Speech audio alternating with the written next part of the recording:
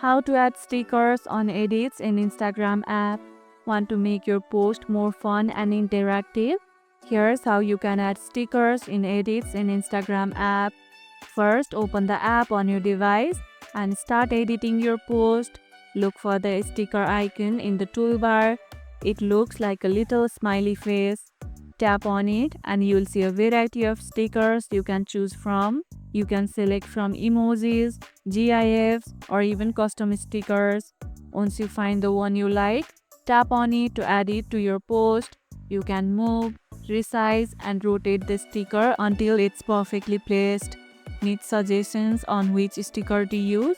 Let me know and I'll give you some ideas in the comments below. And now your post is ready to stand out with fun stickers. If this video helped, hit the like button, share it, subscribe, and leave a comment. Thanks for watching, and I'll see you in the next one.